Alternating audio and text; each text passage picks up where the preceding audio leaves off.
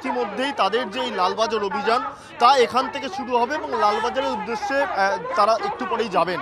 মূলত তাদের যেটা দাবি যে পুলিশ কমিশনারের অপসারণ চাই, দ্রুত তদন্তের নিষ্পত্তি করতে হবে এবং তথ্য প্রমাণ কেন লোপাট হলো এই বিষয়টাকে সামনে রেখেই আজকে সিপিআইএম লালবাজার অভিযান।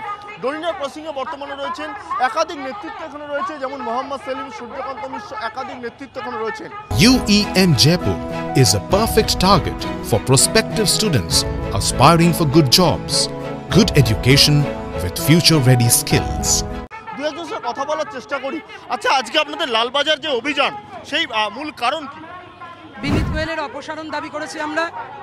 যে পুলিশ প্রশাসন এত ব্যর্থ, যে পুলিশ প্রশাসনের নামে তথ্য প্রমাণ লোপাটের অভিযোগ, সেই পুলিশ প্রশাসনের যিনি মাথা, তার কি অধিকার আছে সেই মাথাতে বসে থাকার? নাটক অনেক হয়েছে, তাই জন্য আমরা বলছি ওনার অপসারণ আমরা দাবি করছি। ইতিমধ্যেই তাদের যে লালবাজার অভিযান তা একেবারে এখানে প্রচুর সমর্থক তারা একসঙ্গে এক জায়গায় হয়েছেন। খুব স্বাভাবিকভাবেই কিন্তু তাদের এই যে কর্মসূচি লালবাজার পর্যন্ত যাওয়ার, এবং পুলিশ কিন্তু এখানে এখনো অপেক্ষা করছে। তুমি দেখতে পাচ্ছ যে একাধিক নেতৃত্ব তারাও কিন্তু রয়েছেন। আজকেই মুখ্যমন্ত্রী বলেছেন যে 1 মাস হয়ে গেল, এবার উৎসবে ফিরুন। মুখ্যমন্ত্রী বলেছেন উৎসবে ফিরুন। দুনিয়া বলছে উই ডিমান্ড জাস্টিস, বাংলা বলছে বিচার চাই। মুখ্যমন্ত্রী বলছেন উৎসবে ফিরুন।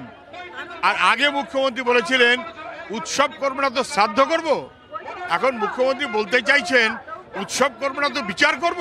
উনি বিচারের বিরুদ্ধে, সেই কারণে উৎসবের ঢাকনা নিয়েছেন।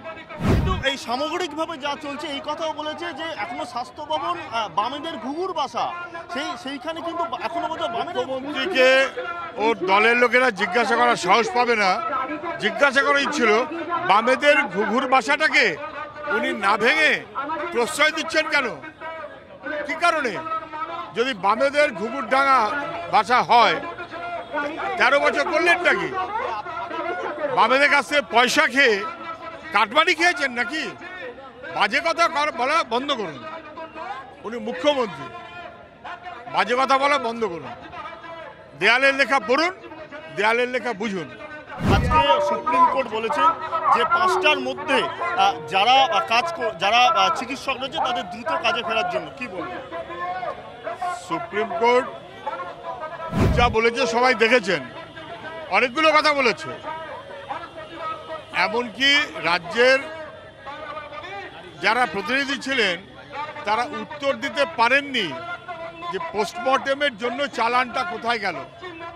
একেবারে দুর্নীতি এবং দুর্বৃত্ত ধরা পড়ে গেছে। ওরা সব শুনে ঠুনে বলেছেন কালকে 5টার মধ্যে যারা অংশ নেবেন তাদের বিরুদ্ধে কোনো অ্যাকশন নেওয়া যাবে না। নিশ্চয়ই যারা আন্দোলনকারী তারা বসবেন, তারা ঠিক করবেন। কিন্তু সরকার ভুল তথ্য দিয়েছে একের পর এক, আজকেও সুপ্রিম কোর্টে। কিন্তু আজকে মুখ্যমন্ত্রী আরেকটা বিষয় বললেন যে ওসি টালা তিনি 4খানা হসপিটাল ঘুরেছেন, তিনি চিকিৎসা পাননি, সেই জায়গায় সেই তালিকাও তার কাছে রয়েছে। মুখ্যমন্ত্রীকে বলুন, উনি স্বাস্থ্যমন্ত্রী, উনি বোঝার চেষ্টা করুন বাংলার মানুষের হাসপাতালে ভর্তি হতে কীরকম বিপদে পড়তে হয়। ওনার ক্ষমতাশালী ওসি 4টি হাসপাতাল ঘুরেও নাকি ভর্তি হতে পারেননি। যদিও তার আরেকটা কারণ হয়তো থাকতে পারে যে রোগ না হলে কিসের চিকিৎসা হবে, যেটা ডাক্তারবাবুরা কেউ কেউ বলছেন।